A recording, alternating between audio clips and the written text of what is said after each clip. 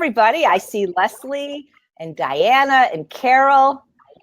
And if you guys can both hear us and see us, let us know and we'll get started. It does take a little bit of all the way from Boston. Wow. I wonder did you go to the Boston Veg Fest, Leslie? All right, we'll just wait a second, Lani. Just I like to make sure that they can actually hear us. I want to make sure I can hear you, Lani. Can you hear me now? Yeah, I can hear you perfectly. Okay. So guys, let us know that you're there and we'll get started. I know that there's people there because I can see the numbers. Hi. Maureen says she can hear. Hi, Maureen. Hi, Tracy. Hi. Perfect. So let's get started. All right. Hey, everybody, and welcome to Healthy Living Live. I'm Chef AJ, and my guest today is Lani Muelrath. She is the author of this new book, The Mindful Vegan, and she's also the author of, I can always want that word, Fit Quickies. It's the hardest book title to say. I know, it's kind of scary. And hi, Jennifer Dyson and Plant-Based Journey. So please welcome Lani. Say thank you so much for taking the time to talk to me. Yes, and thank you so much. I'm so excited about this opportunity, and I know there are a lot of people looking forward to us both being here together, so I'm honored. Uh-oh. All right. So mindfulness.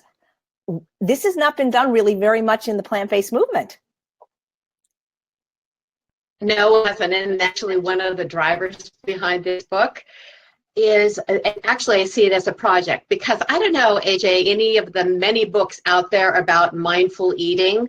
There are a lot of them, but not one of them that I could find addressed eating mindfully in its most fundamental way, like what is on your plate, who is on your plate, how did it get there, what are the qualities it carries for not only your health, but the well-being of our planet and the well-being of the beings that we share her with.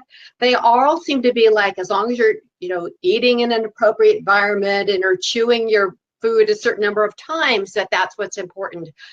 But I think really the fundamental thing is looking at the ethics of what is on your plate and then springboarding from there. I agree, because a long time ago, I took a mindful eating class with somebody that clearly wasn't plant-based, and the foods that she used were Hershey Kisses and potato chips. And the idea is like to meditate and contemplate these foods and eat them mindfully. And I'm like, I'm not going to do it because I don't want to learn how to eat crap mindfully.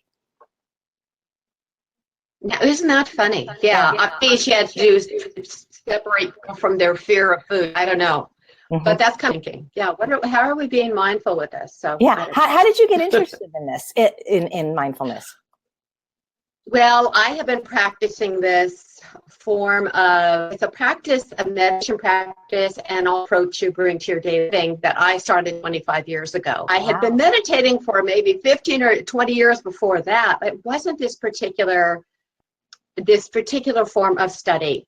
And what it did for me was it really brought me a level of having less reactivity in my life. It taught me how to eat mindfully in the way that connects me with my natural hunger and fullness signals, so that I could turn the job of that over to my body instead of always micromanaging with my, as a career dieter, I tended to micromanage that all from my head. So that all came together so beautifully for me and ended up eventually allowing me to let go of 40 to 50 extra pounds because of connecting with my natural signals and the ability to then to navigate life's ups and downs more skillfully because of this practice. Yeah. Well, less reactivity sounds like something that would be very worthy, especially for those of us that live in stressful places like Los Angeles. Well, we all live in reactivity. I actually give a really simple definition. Mindfulness, that would be really probably good for start conversation. Would you like me to do that? Absolutely. Mindfulness is a particular form, a specific form of mental training, and it's a particular kind of awareness that you bring to your daily activities. So there's two avenues. Now together, these lead to varying things. One is reduction in reactivity. Day is just responding a knee-jerk reaction to one thing or another. And it also leads to the cultivation of positive brain states. That means equanimity, kindness, compassion. They're all there within us. They've just been heaped over by our overactive, busy, wandering minds. What's the difference between mindfulness and, say, just meditation? It is a form of meditation that actually specifically helps you create space between where our thoughts usually go, running with every story and idea that comes into our minds. So what you do is you learn to create a space around that so that you're not being hijacked by every thought that comes around. And you do that by focusing on some concentrated training with concentration, where you learn to create that space between stimulus and response, and making a more skillful choice. And then from the formal meaning, you take your daily activity. And it really, because with mindfulness practice, with the meditation that I teach in the Mindful Vegan, you're doing little things with your brain, that with your mind, that make big changes in your brain. And this can really lead to really large changes in improving your life experience. So in other words, would you say that all meditation is a form of mindfulness, but not all mindfulness is actually meditation? Actually, there are so many forms of meditation, and some of them use like a phrase or a word or a mantra to repeat, and these can be all very calming and relaxing. And I tell people, if there is some practice that you are doing helps you connect you with more equanimity, with being more authentic in your life and moving out of reactivity, then for heaven's sake, keep studying that. If you've lost touch with it, pick it up and take it up again. At the same time, if you're looking for something else or want to try something that gets under the surface a little bit deeper, then why not try this practice? That's why I set it up as a 30-day plan, and I teach it step by step. As you know, AJ, I taught 6th grade for like 20 years, still teach at Coggle. Is to taking a complex and taking it apart into step-by-step increments so that you can build upon skills one day upon another. That's why I've got the 30-day plan. That's why I've recorded 30 audios to support that you can download for free from my website. It tells you exactly in the book where to those. I also just completed a virtual retreat when you pre-ordered 4 days. It was a bonus gift, and we went through the first 4 days together, and it was phenomenal. It turned out, and such excitement about, I wanted people getting going. That's another desire behind daily, step-by-step, not just, here's a good idea, maybe someday I'll do this. No, here's how you can start now in little pieces. So I want to post a link. Is your website just your name? Because I'll post it right now if people want to download those. Yes, perfect. Okay. So there it is, guys. It's also the mindfulveganbook.com that gets you to the same place, as does the plantbasedjourney.com. My books kind of bring you into this place for a landing. So nice. Very nice. Thank you for doing that. Oh, sure. We have a few comments from your fans. Liv says she loves your book and enjoys your meditations. Nancy says she's working with you and meditates every day, Liz. Sometimes more than once. So that's terrific. Hi, Nancy. So are you sort of a lifelong meditator? Because I'm sort of new to meditation, but I can see the benefits already. I am very excited when I saw that you took the mindfulness stress reduction course. Is that what you took?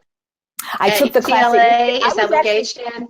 Believe it or not, I was diagnosed with IBS in November of 2014, and I was sent by my GI doctor at UCLA to a mindfulness course because I mean, stress can play a role in almost all diseases, but especially with GI disturbances, and that was one of the treatments, and it was just a fabulous course. I interviewed the teacher, who was a nurse named Suzanne Smith, and you can find that on my website.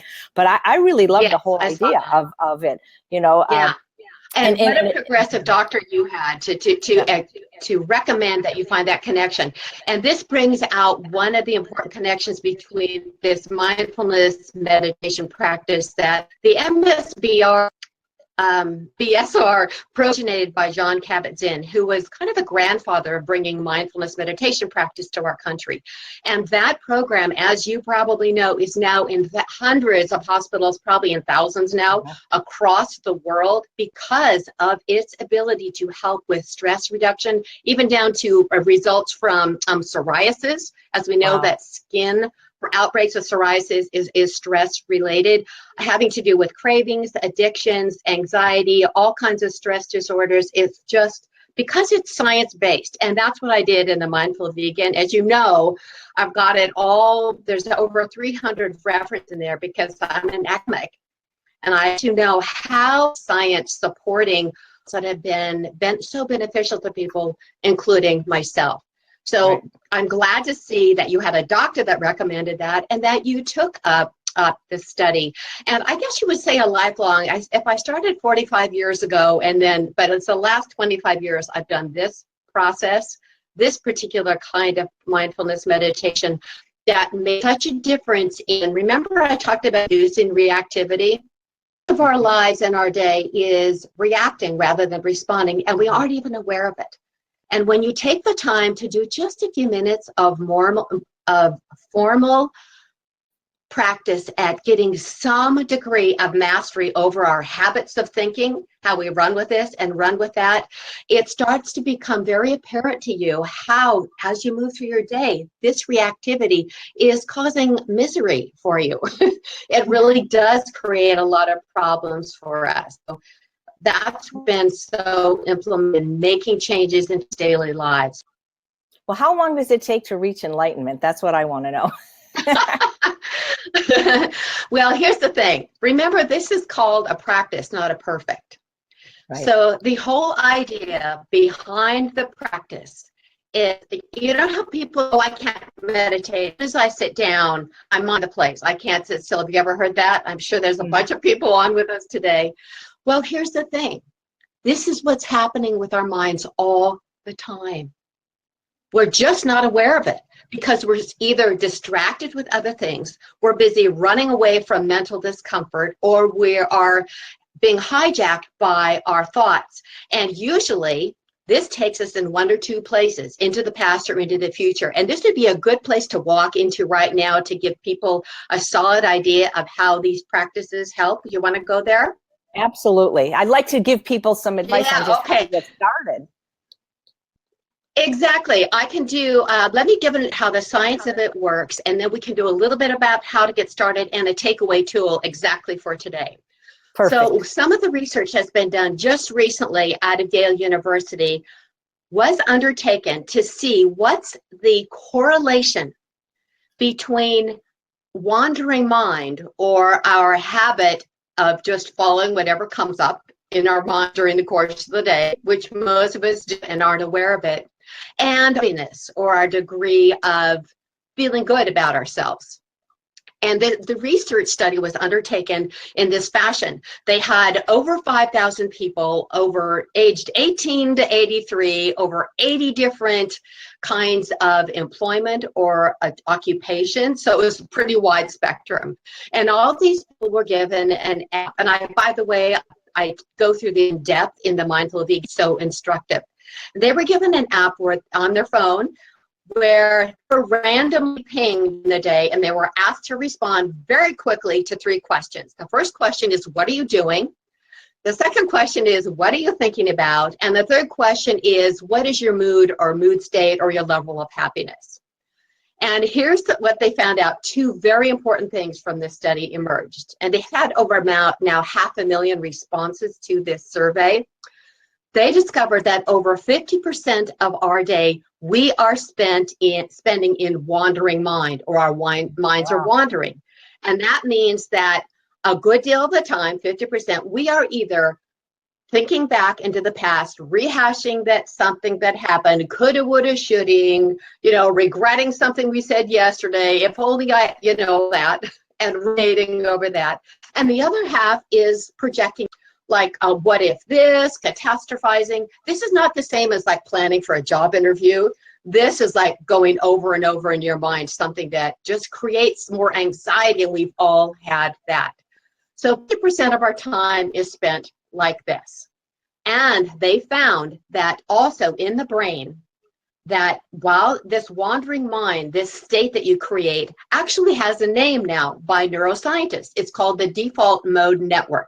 So when we're not concentrated on something in specific and our minds are wandering, even if we're talking to someone and You know how sometimes your mind goes off, maybe you're not interested in it, who knows where you are.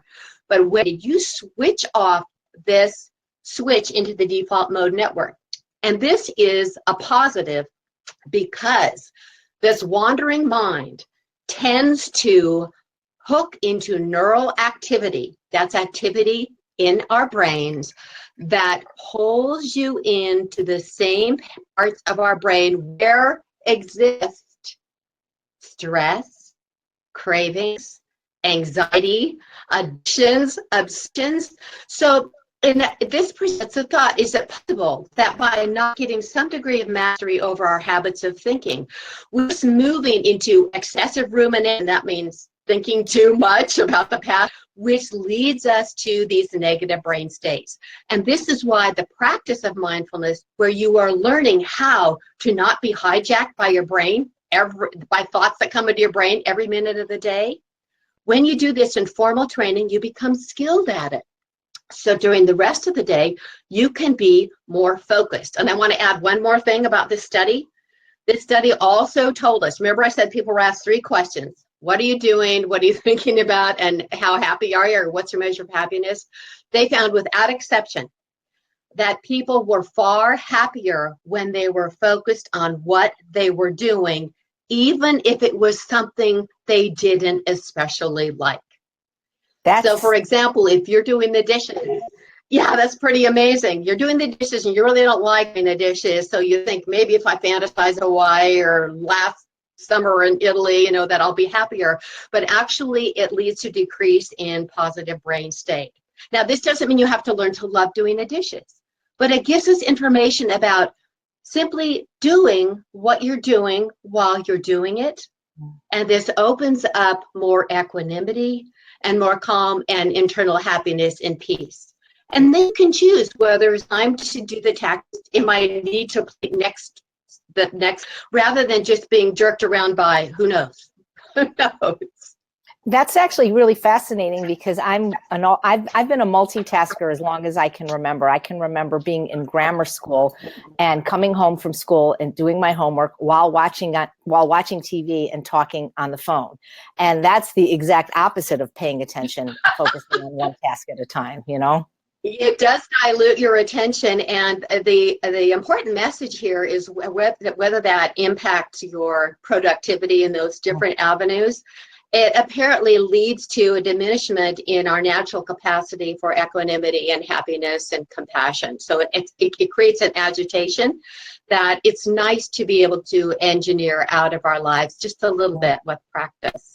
Right. I wish people would hear this message, because living in LA, I had a near car accident today, which wasn't my fault. And it was interesting because I had just finished my 30-minute meditation and I was all blissed out. And then this guy was speeding and almost hit me. Just the adrenaline and the stress. And I'm thinking, like, God, it's almost like it undid all, you know, the good of the meditation. But you look around, at least in LA, and people are driving and they're eating and drinking, or eating, drinking, and smoking, and talking on the phone. And you're driving. I mean, to me, like, when you're driving, you should be driving, you know, like. It would be nice, because look, Yeah. we know that there's a huge percentage of accidents now caused by the texting, by the multitasking.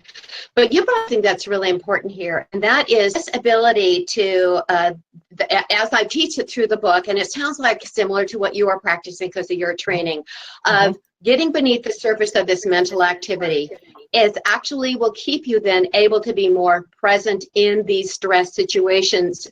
You need to have a stress response in an accident, because that's the time you want to leave a car bear towards you.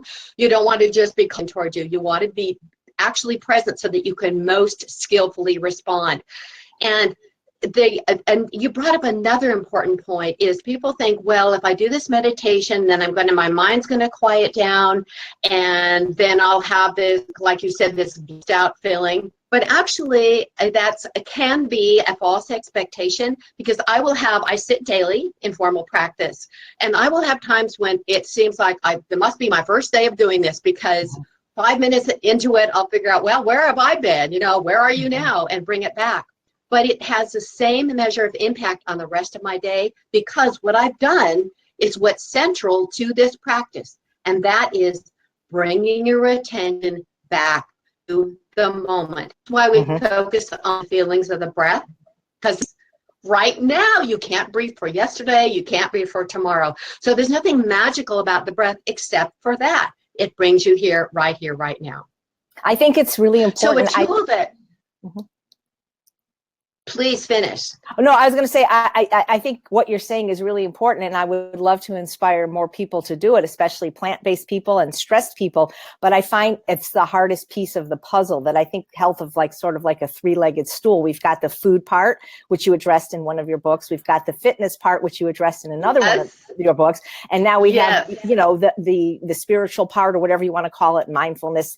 And I find that even in the Ultimate Weight Loss Program, we deal a lot with the food, especially if they aren't eating the correct diet, and we do a pretty good job teaching that. And Jean-Pierre does a pretty good job motivating people to move, but it just seems that, you know, except for you and maybe Dean Ornish, nobody's really, at least I mean in the plant-based movement. There are people in the larger community that are it seems like this is the easiest piece to fall by the wayside, that everybody's so busy, and that if they have to take time, they'll take it to maybe eat the right food and maybe get a little exercise, but that to make time for a practice is just overwhelming to most people. And that's why I thought if you could, like, how do you start? Yeah, well, you bring up a really important point, and that is that trilogy, which is the food and the fitness and the frame of mind. That was my situation, because for a long time, I thought I was hopelessly addicted to sweets. I must be a food addict and all that, because even though I hadn't in physical education, I certainly knew what to do with exercise. I had studied, since I became a vegetarian 45 years ago, nutrition, so I certainly knew what was kind of the healthier foods to eat. But I couldn't figure out why I was driving around town eating chocolate bars. So, you know, and mindfulness practice is what allowed me these ups and downs of life that I would just be in reaction to, that would undercut my progress in all these realms, and also help me connect more with my body's signals of hunger and fullness, which this kind of practice does, so I can get out of career. So the way you start, and we take aways for right now, and in the Mindful Vegan book, I tell you from day one exactly a simple way to put your body in position, to find your anchor point at the breath, because that's your point of concentration, to set your intention of having a formal practice for 1 minute or 10 minutes, whatever your plan is for that day. So you kind of cut down on the negotiations, like, you know, isn't it time to, if you just have to formal practice when you're in the mood, you never learn how to do things like this when you're not in the mood. So we want to train that part of our brain. And then also very important with that is to have the intention of being there with kindness, patience, and non-judgment. Because it's not uncommon for people to go, oh, I can't do this. Oh, there it goes again. Oh, and you're just practicing blame and shame and judgment. So you want to, and what you practice grows stronger. So you want to practice those very things that you want to cultivate in your daily life. And then it's simply, this practice in its formal steps is simply doing that over and over again. It's bringing your attention back, because this is where you start to train your mind to be able to have a little bit over our habits of thinking. For getting started right away today, I wanted to suggest a real simple 4-step system that I really elaborate upon in the Mindful Vegan, and that's called STOP. Shall we talk about that real quick? Would you mind me just kind of a nice acronym? Absolutely, but I just like to include our viewers to tell you what they're saying every now and then, because Bella and Melinda are saying that mindfulness is definitely the hardest part for them. And we have a question from Lynn. If you could please explain what you meant by equanimity. Equanimity is it's the ability to be present in a situation without being hijacked by our reactivity, so that when something happens, can make a more skillful choice in response. And some people think it sounds like you're being passive, like, you know, oh, I'm just calm, oh, I'm just, like you were saying, blissed out.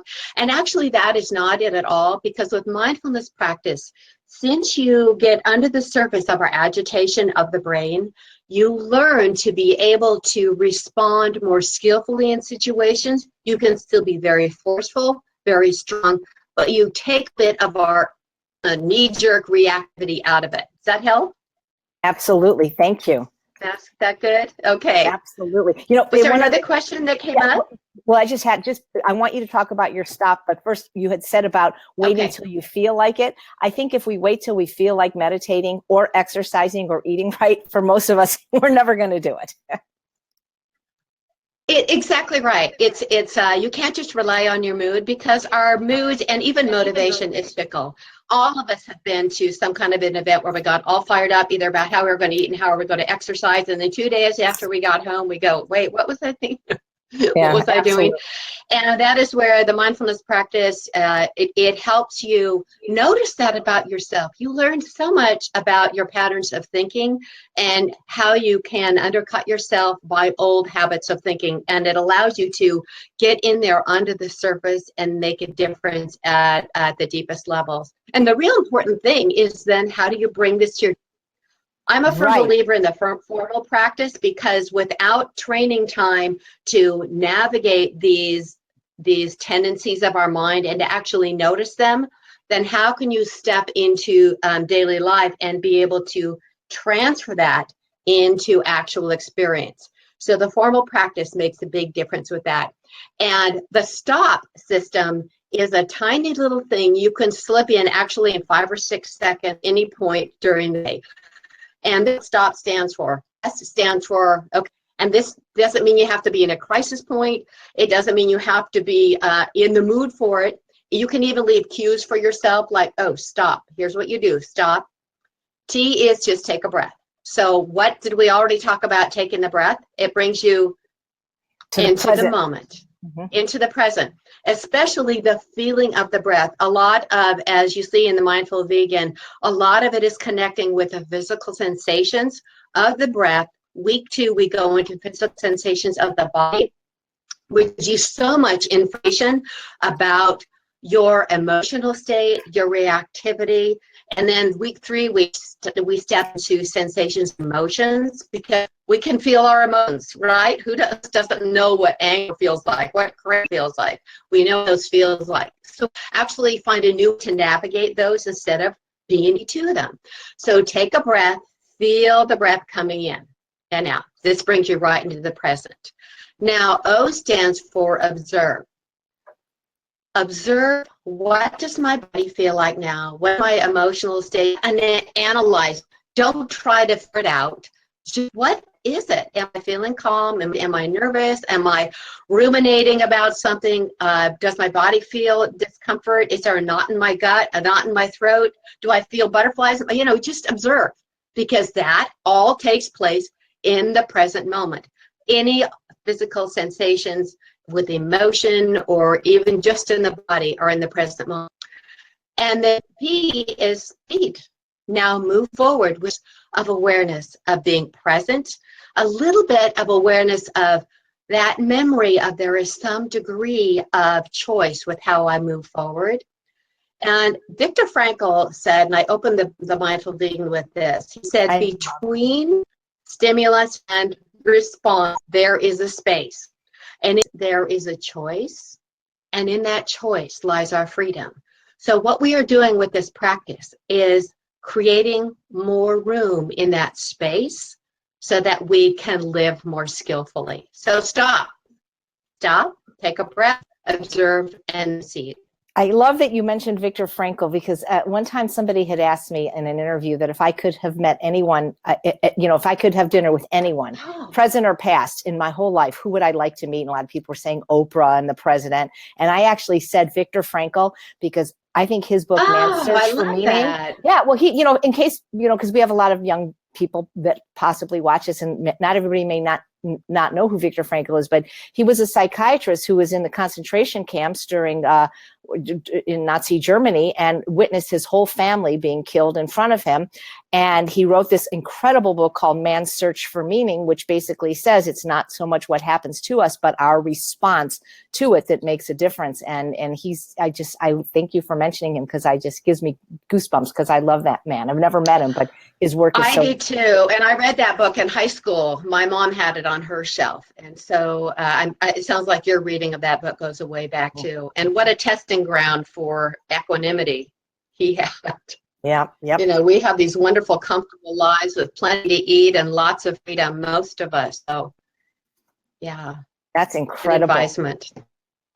You had mentioned that the wandering mind a minute ago. You gave examples of it, but is that similar to what a lot of people call the monkey mind? Yeah. You ever heard that expression? Yeah. Which is jumping all over the place. And we think that that's just the way it is. And it's very enlightening to find out that though the mind have that tendency, it's the mind's job is to think, is to be on the lookout for to discern the sticks from the snakes. And it's actually that wandering mind capacity is an important evolutionary function, because we need to be alert to danger. But it's become a runaway problem for us, because we don't always need to be on alert for danger, that kind of danger. So we learned that we can appreciate as a function, but wouldn't it be nice if we could come and go from that quality of thinking a little more at will, so we're not at the mercy of it? Yeah? Yep. How do you think these impair our ability to be in the present moment? Now you're talking about, I'm talking about when I call AJ and we're having a focused conversation. I think you're talking about probably social media, meandering it's just that, like I'm very new to texting, and I said I would never text, and I swore I wouldn't. But when my iPhone broke a year ago and I had to teach in Mexico, it was either get an iPhone or wait a week and not have a phone. And so while I do text, I have all my alerts. I don't get a beep except for my husband. I have it set that if my husband wants to get a hold of me, either by a phone or text, it rings, but it doesn't for anybody else. And I'm with people in life, and it's like, I treat my texts like I do email. I get to them when I get to them, but these other people, it's just like all day they're eating, they're watching. They're never off their phone, and they wake up like this and they go to bed like this. And I'm wondering that as good as meditation and mindfulness is for our brain, I can't imagine being this addicted to technology is good for us. That is such an excellent point, because it really touches in on which I was talking about, wandering mind, unhappy mind. First thing is, I want to congratulate you at exerting some degree of mastery over how much respond, what's coming in on your device, because it can be never ending. And some people, as you just described, are hooked on this never-ending incoming scrolling through feeds. It's like a little dopamine hit every single time. And Judd Brewer, who is an expert in mindfulness and addictions, and has done a lot of research that I quote in the book, and I also interviewed him for The Mindful Vegan. He talks about this a little bit, how we're getting this constant input. So that's one problem. Here's the other thing. This urge to scroll through like social media feed or see who sent you an email or all of that, besides that little dopamine hit, is also letting yourself go this wandering mind. It's almost a wandering mind on support. Maybe everyone is here with us today. Who ever noticed that when you kind of start, maybe you're a little bit lost or bored, or you just got to get back because you're so used to this, and maybe you've never even analyzed it before. But after a while of just going through, try to notice if maybe there isn't a little bit of sadness that starts to come up. I noticed that.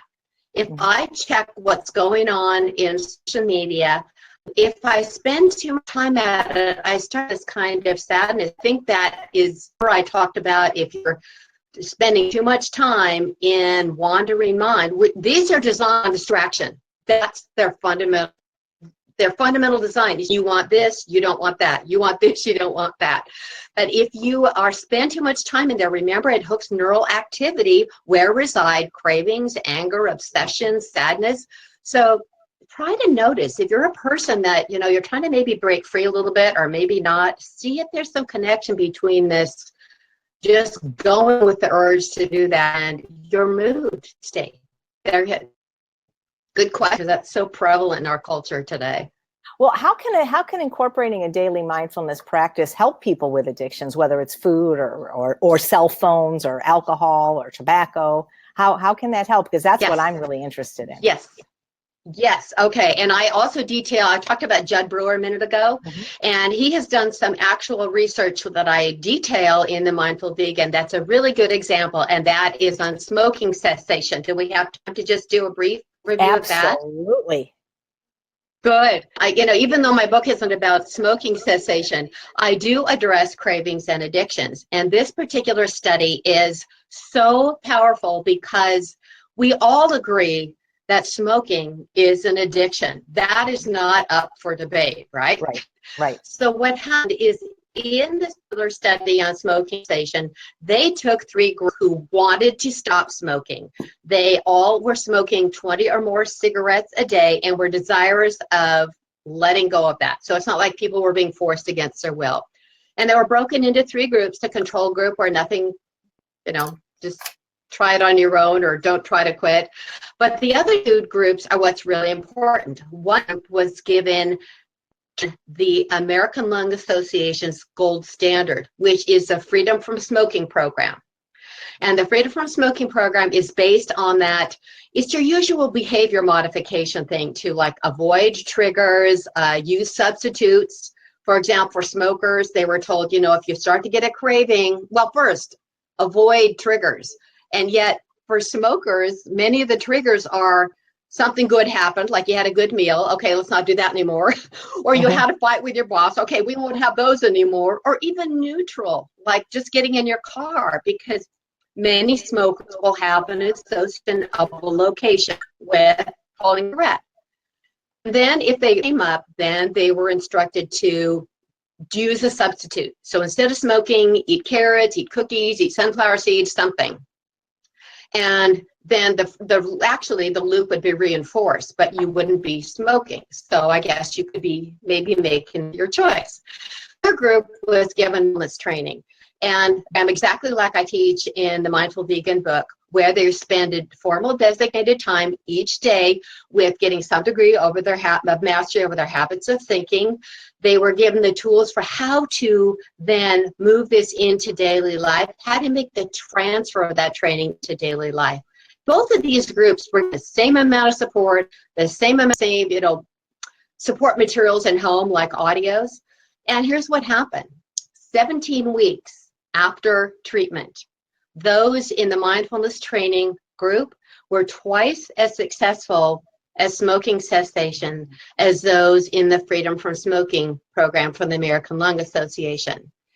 And in the book, I describe where the intervention is. And here's, because this gets to your question too, that as cravings or, which is a precursor often in addictions, as these arise, this is where the mindfulness training gives you a whole new approach to the problem. You start to learn, as the smokers did, that cravings actually have a feel in your body.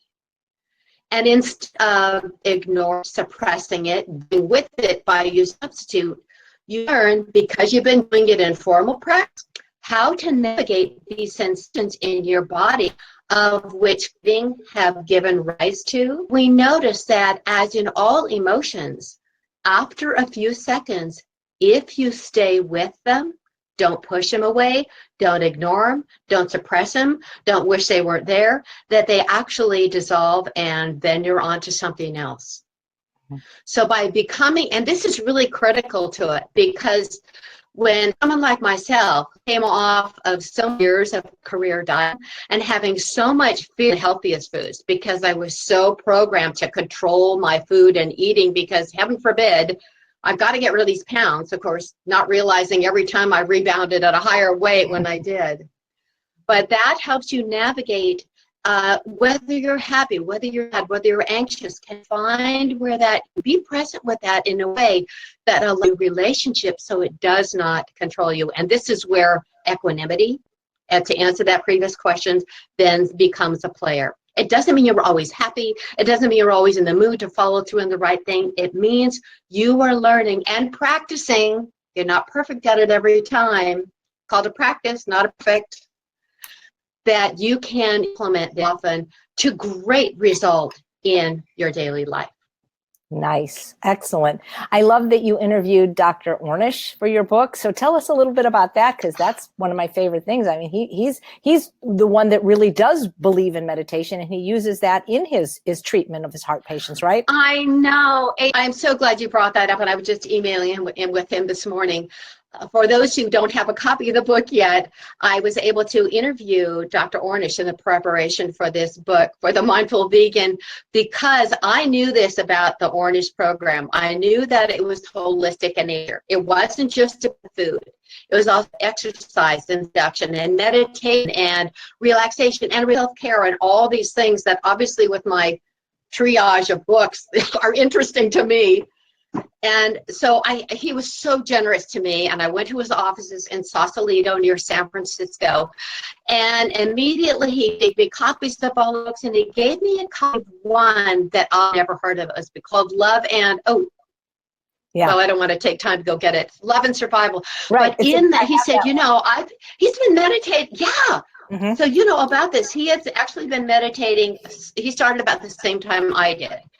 And he came from a place in his life where he was actually suicidal and depressive, and his outer ambitions were not going to bring him peace and happiness. They would bring him worldly success and a certain degree of joy of living, of course. But he understood that it needed to be interconnectivity. And he said to me, day 30 is actually based on our conversation. And I am so glad you are doing a book meditation, because there's a difference for people in implementing these healthy practices that we're talking about. And he also said, I am so glad that you are telling people that this happiness and joy and compassion are not things that we need to reach outside of ourselves to get. They are within us. And as we simply become better at navigating our natural capacity for these wondrous states, they become more activated in our life. So I am made a difference in just tied the book together beautifully, and he was so very kind and generous to me. So all honors to Dean Ornish. Yeah, can you talk a little bit about, I guess I'm thinking consistency, because when I started meditating, one of the teachers said that the best meditation is the one you'll actually do. So it's better to meditate every day for 5 minutes than to go on one of these 10-day silent retreats once a year and then not meditate the other 50 weeks. And I find that I see the same thing with people trying to incorporate a plant-based diet or a healthy lifestyle. Like I work at True North occasionally, and I'll see the same people come every year to fast, and they come back often sicker and heavier. And so they're doing great while they're there, but then they're not doing anything when they get home. And I have certain friends that do this 2-week silent meditation retreat every year, but then they're not meditating the other 50 weeks. So could you talk a little bit about why it's important to do these things consistently, even if you're not doing them a lot and perfectly, rather than just once a year trying to, you can't just meditate for 2 weeks and then say, I'm done. And you can't just eat healthy for 2 weeks or fast for 2 weeks and say, I'm done. No, right? It's like saying you'll do leg exercises for a week out of the year and have the strength to climb a mountain. You need to cultivate the very qualities that you bring into your life. And this is what's called a practice, and why I really just said that a little bit of time on a regular basis is preferable to intermittent. And our whole conversation has underscored that. Because if our habit is to run with wandering mind, to hook the neural activity that causes us to do that, then how can we have a lick of chance if we just a couple days or a couple weeks out of the year, which most people don't have time for anyway, for that to amend this habit we have? It's very important that with a daily practice, even of just a few minutes, you are starting to really conduct a kind of training with of thinking that allow you to create that space that Frankl was talking about and expand that space so that you can have more joy in your life and more actual mastery over what your results are by not running so much with everything. So it's just like anything else. It has to practice. If you want to game in anything, it needs to be really practiced. It's like a muscle. And it's not, you might need a little bit of some way to organize your schedule so you get the time in. And you made up an important point. When you do it is the time. There's no magic time to do this every day. But it's if you can set aside and find a place to fill with this practice, then this is what's going to benefit you, whether it's shorter, but regular is most important. So thanks for bringing that up. Yeah, I find that it wasn't until my husband Charles joined me that I was really able to commit to doing it every day. And now we look forward to it. And Bailey, our dog, meditates with us. So you have a buddy. I have. It's just like when I was first starting to exercise, I had to have a fitness buddy. And I find for me, just like exercise, if I don't do it first thing in the day, then I don't do it. You know what I think, Lani? I applaud the work you're doing trying to get this message out. And I think one of the reasons it's such a thank you is like if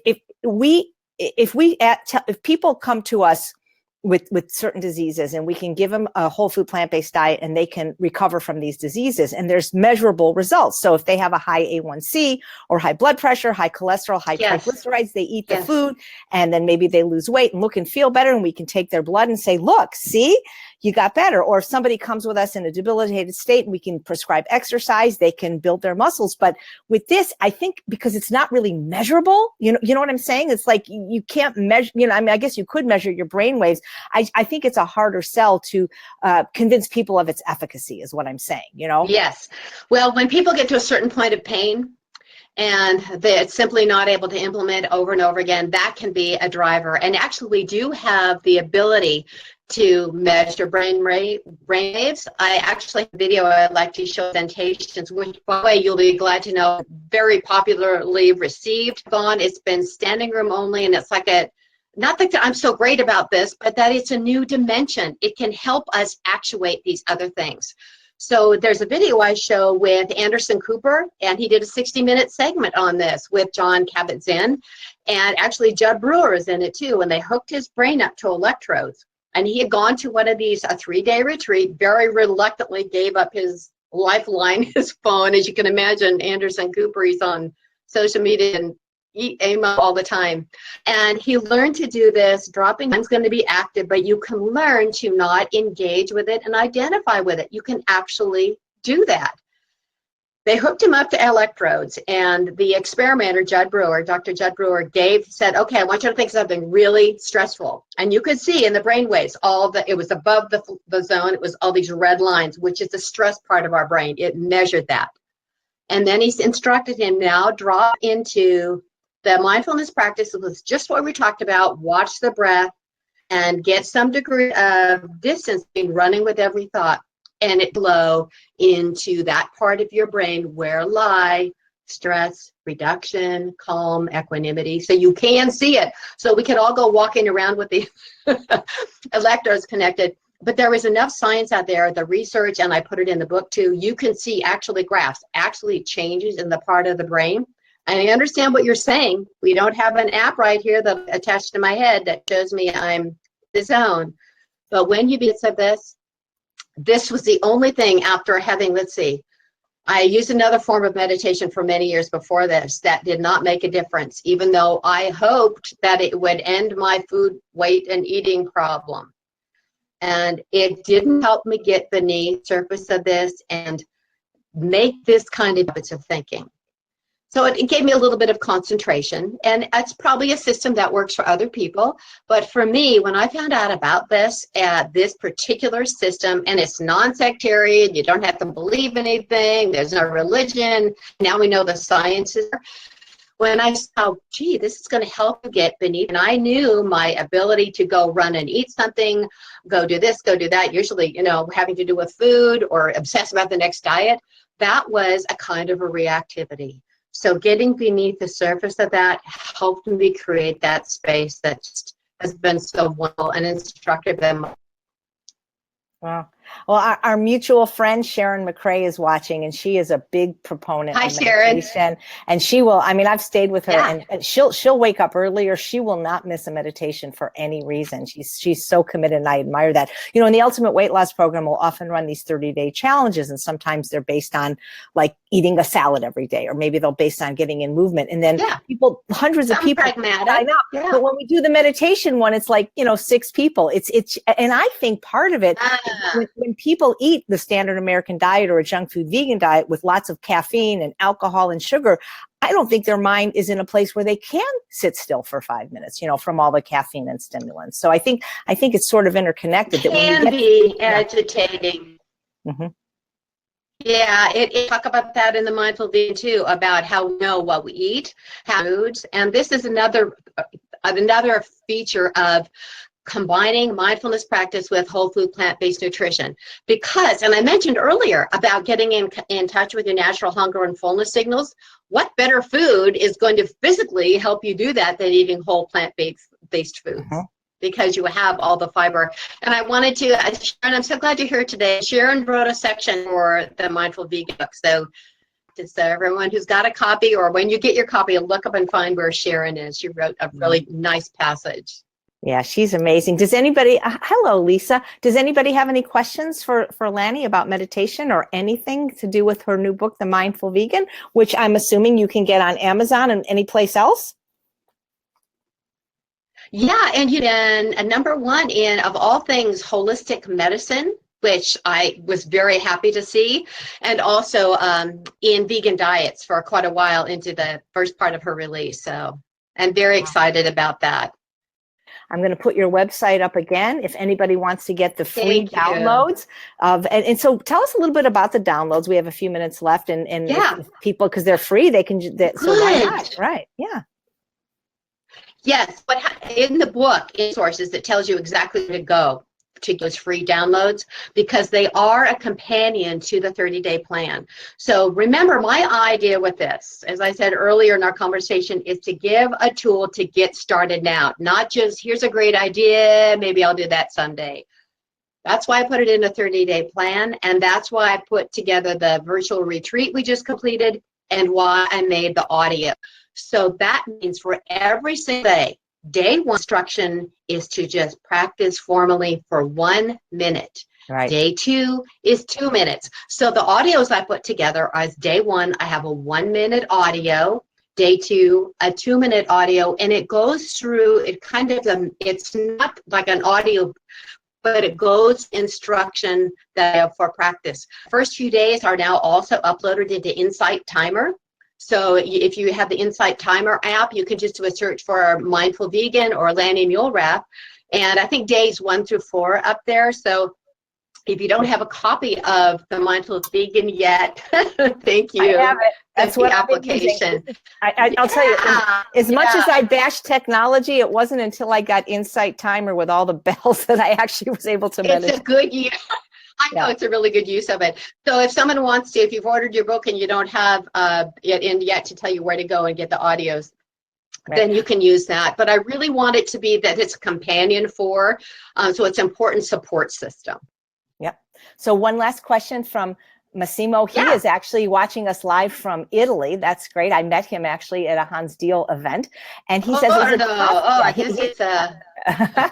he says, is it possible to meditate even if you have serious problems keeping your back and spine straight?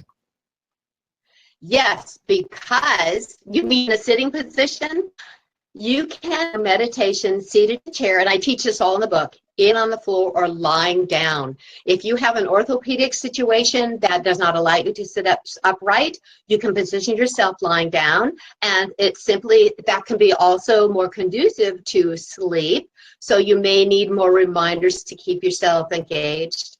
And for people who also need to keep moving, you aren't able to be still for one reason or another, or maybe you're very easily distracted, you can also do walking meditation, because guess what?